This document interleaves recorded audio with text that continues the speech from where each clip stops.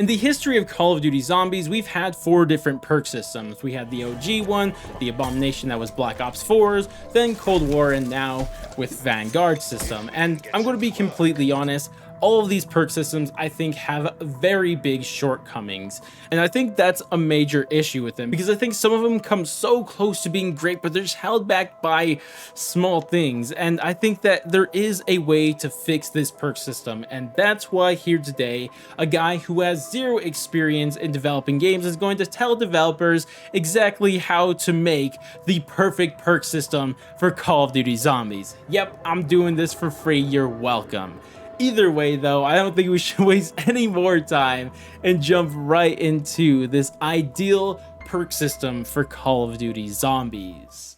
So the first thing I want to mention is the price of the perks, and I think it should just go back to how the OG perk system did it and just have set prices of perks from the get-go. Like Jug is always going to be 2,500, Double Tap's always going to be 2,000, Speed Cold is always going to be 3,000. That system was completely fine, we don't need to change it. The other thing we should do is bring in that Cold War style stuff and get rid of the perk limit. That stuff is cringe, it literally is in the name, it limits the ways you could play the game, and I just don't like that in the slightest. And those are the 2 groundwork things, but now it's time to get into the more complicated part that hopefully I'm able to explain properly. And what this is the perk upgrade system, because I strongly believe in a perk upgrade system, but I just don't like how the 2 systems that have tried it so far have done it. But before we get into how the perk upgrade system would work, I first need to say that I don't think that the standard perk abilities should come at the cost of the upgrade abilities. And what do I mean by that is that I don't think they should nerf the standard ability of perks in order to make upgrades just to get back to what that perk originally was. That is so dumb, and I do not like that in either Cold War or in Vanguard. That is terrible, and I hate that so much. Every upgrade should just be an upgrade to the already standard ability to that perk, and nothing less. Another thing is that I don't think that the perk upgrade should just be the standard perk ability, but slightly better each time. That's dumb, don't like that at all. You can do that for one of the upgrades, but definitely not all of them. And generally how I'd like to see how the upgrades abilities would work would be pretty much like Cold Wars. Yeah, sure, some of them are the standard ability except slightly better, but then there would be other ones that are just some crazy upgrades on top of that. But with that all said, how would this perk upgrade system actually work? And I apologize if it gets complicated, but I think it'll make sense by the end of it. But how it would work is that there would be 4 different upgrades for every perk, and there would be a different method to upgrade each individual upgrade, and each individual upgrade would be tied to a method. And I know that sounds confusing, but let me explain it by explaining one of the methods, and we'll go through all 4 of them by the end of it. And the first one I want to talk about would just be simply paying more at the perk machine to upgrade it. And yes, this is something I criticize Vanguard's perk system for doing, but I do think it's a little bit different, because how I think this method should work is that the price that you pay to upgrade the perk should never be more than half of the standard perk's price. It should never be more than that. So for example, the price to upgrade, let's just say Speed Cold, which is 3,000, should never be more than 1,500, because this is an upgrade and it shouldn't cost more than the actual perk itself. The actual perk itself should be the main thing here. It shouldn't be outshined by an upgrade that you get when you pay more. It just shouldn't work like that. But it doesn't end here, and this is something that I want to clarify here, because when you go to upgrade the perk using this method, which is just to pay more at the perk machine, is that every time you do this, it's going to be for a specific ability. For example, let's say you went and just upgraded Jug using this method. Well, every single time you upgrade it using this method, it will just add 50 extra health to you, because standard Jug adds 100, but this would just add 150 when you use this upgrade. And that will always be what you get from this method. It doesn't matter if this is the first method you use to upgrade or if it's the last one. That's always what this one is going to do. And to further explain this, I think we should move on to another method to upgrade the perk. And another one would be using the salvage that you collect around the map to upgrade your perks. For the people who don't know, salvage was a new currency that was added to zombies in Cold War that was used to buy equipment, score streaks, and armor. And I think they should just add another thing to this, and this should just be something to upgrade your perk. You use salvage to upgrade your perk so you don't have to constantly use points, because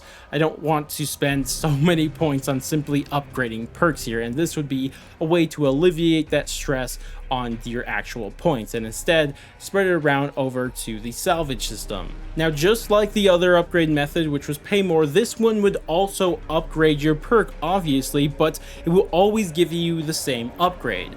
As I mentioned, when you pay more, let's just say for Jug, it was going to give you an extra 50 health, but now when you upgrade using this method, we could just use another Cold War one as an example. Your armor durability would be increased by 25%, for example. It could just be something like this. Of course, I'm not saying these exact abilities would be used, but these are just examples. So by this point, hopefully it makes sense. There's multiple different methods you could use to upgrade your perks, and each method is going to give you a specific upgrade. So hopefully that makes sense. I don't have to explain it anymore. But the reason why I think it's important to do it this way, unlike just doing the level 1, 2, 3 system, is because doing it this way makes it easy to target the abilities you are aiming for. Because if we were doing the level 1, 2, 3 system, let's just say that you really like the level 3 for a perk that you want to get, but you still have to get through level 1 and 2 that you don't really find that useful for that specific run.